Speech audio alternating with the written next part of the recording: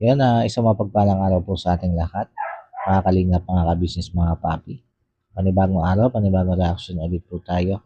At for today's video po ay gawan muli natin ng reaction.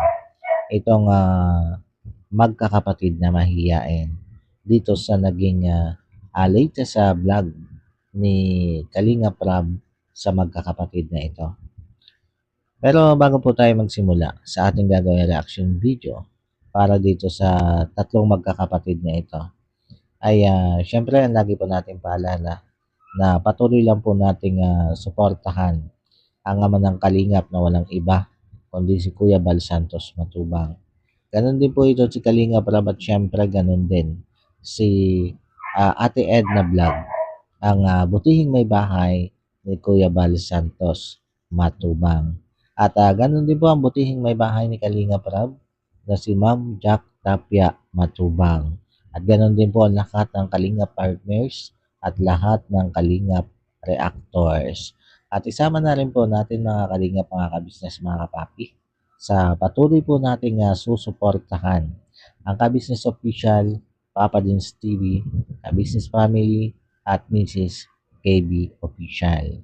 Yan, suportahan lang po natin sila lahat. At ito na nga po mga kalingap, mga kabisnes, mga kapapi. Tuloy na po tayo dito sa ating gagawing reaction video dito sa tatlong magkakapatid na ito. Itong tatlong magkakapatid na ito, mga kalingap, mga kabisnes, mga kapapi, isa talaga ito doon sa sinusubaybayan ko sa mga vlog ni Kalinga Prab. Sinusubaybayan ko ang magiging development o improvement nitong tatlong magkakapatid na ito. Kaya nga sa bawat vlog ni Kalinga Prab dito sa magkakapatid na ito, nagagawa ako talaga ng reaction video. At tinatalakay ko kung ano yung nakikita ko na improvement para sa kanilang tatlo. At nung huling vlog nga po dito nila Kalinga Prab, bago itong latest vlog na ito, ay nakita natin na itong si Melissa at si Bea ay kahit papaano, kahit sa pilitan, ay napakain na nung sila lumabas, di ba? At para sa akin, magandang improvement na ito para dito sa dalawang ito. Kaya lang dito, mapapansin natin na tila ba itong si Chris ay nagiging habang lumalaon ay nagiging tahimik. Kasi simula't simula, kung mapapansin natin, itong si Chris, ito yung mas nakakausap nitong sila Kalinga Prab.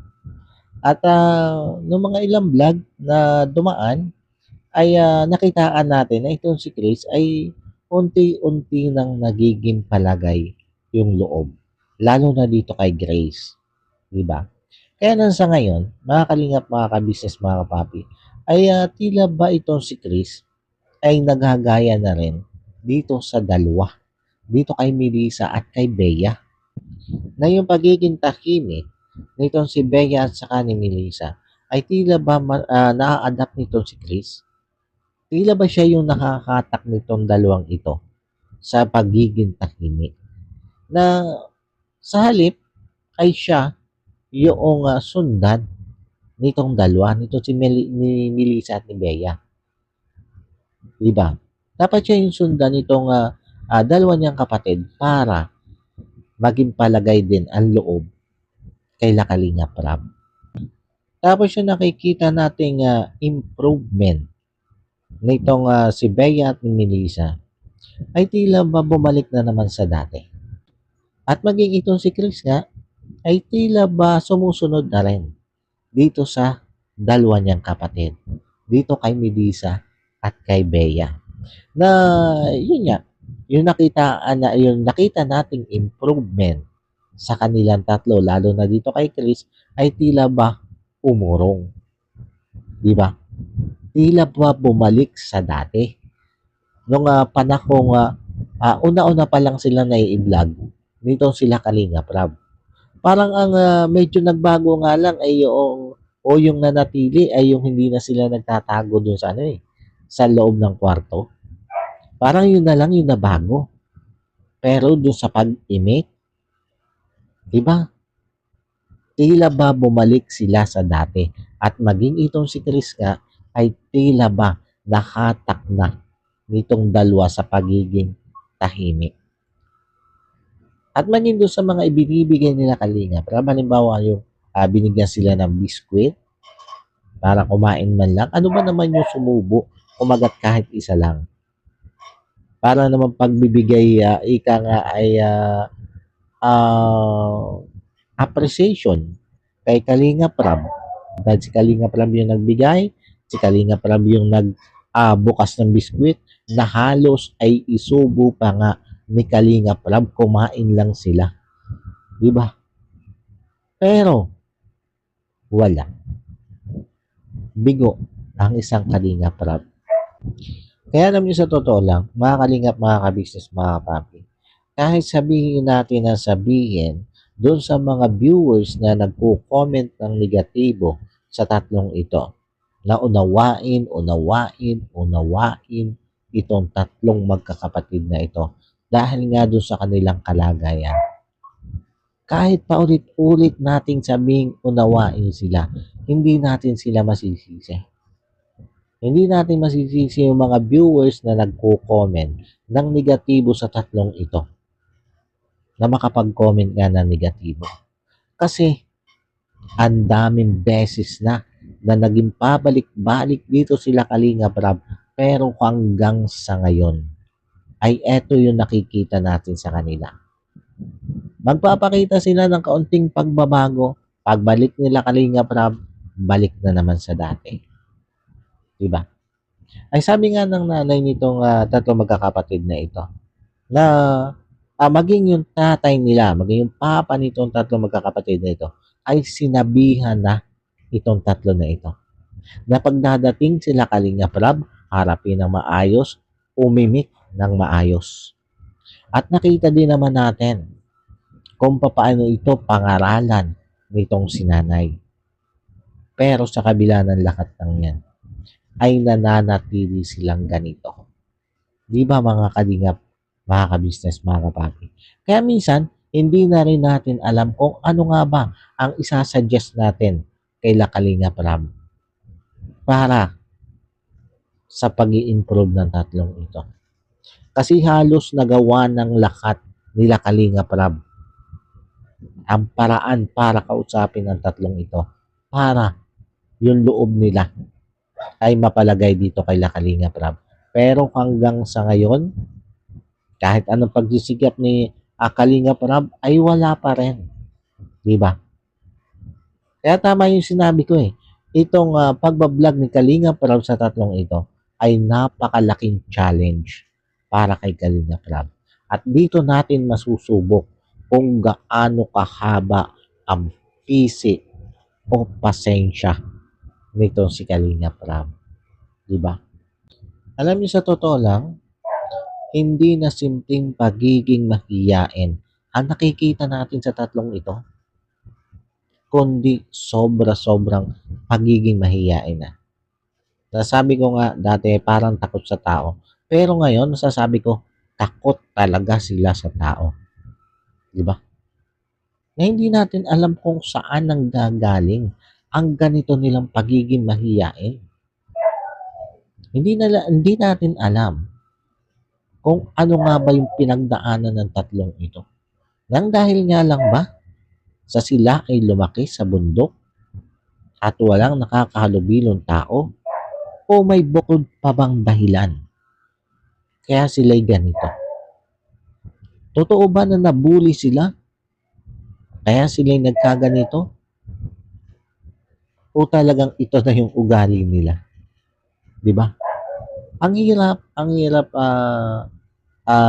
ika nga ay sabihin, analisahin kung ano nga ba ang meron sa tatlong ito. Kasi mismo yung nanay at tatay nitong tatlong magkakapatid na ito, ay yun lang naman yung sinasabi. Lumaki sa bundok, hindi nakapag-aral lang ay itong si Bea at saka itong si Melissa, hanggang grade 4 nga lang itong si Melissa.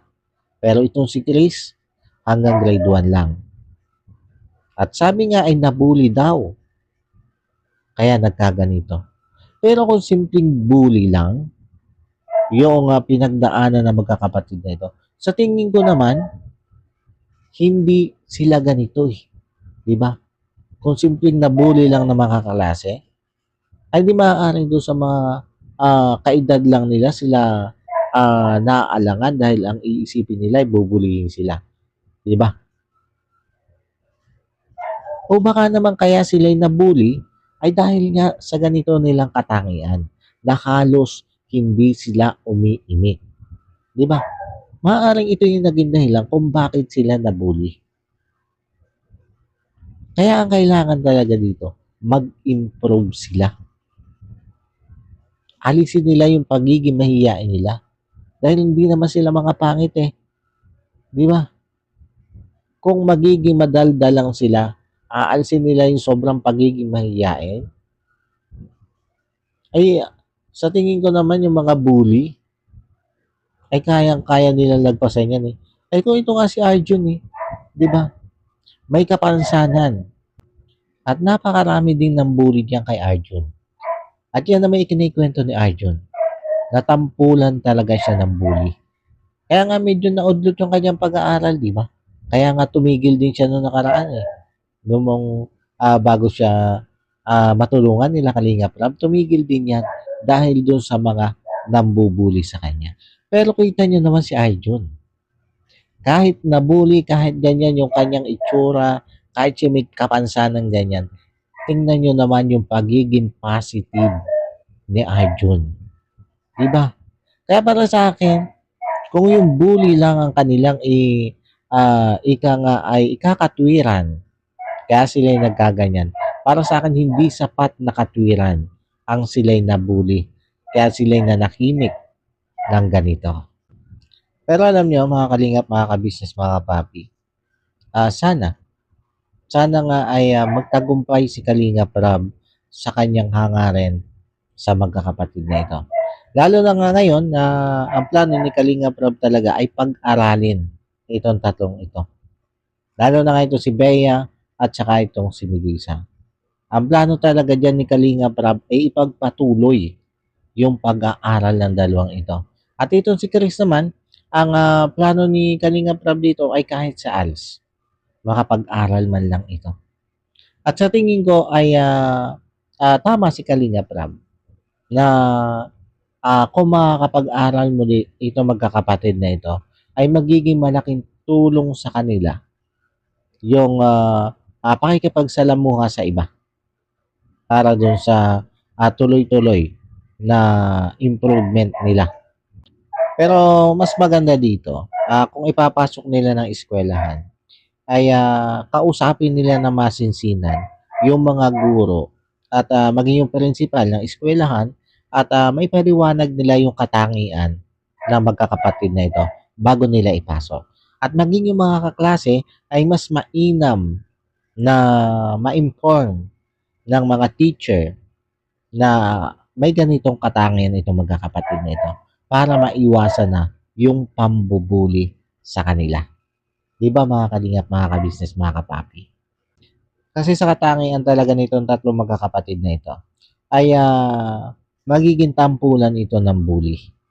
Yan yung totoo. Magiging tampulan sila ng bully sa eskwelahan ng kanilang mga kaklase.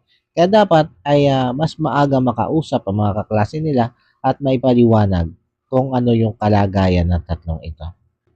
Kasi kung mabubuli ulit itong mga ito, ay pwedeng mas makapagpalalayon sa kanilang kalagayan. At maaaring maging dahilan na naman ng paghinto nila sa pag-ieskwela. Di ba mga kalingap, mga kabisnes, mga kapapi?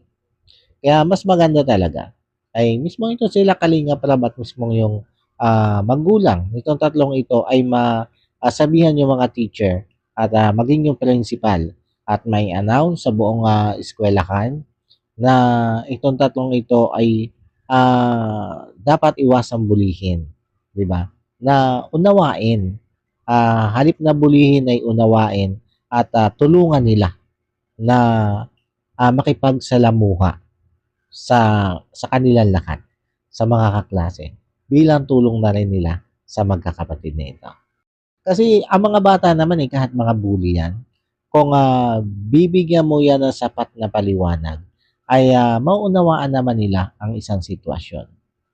Ika nga ay nasa tama at sapat na pagpapaliwanag lang yan sa kanila kung papaano nila uunawain yung iyong hangarin, di ba?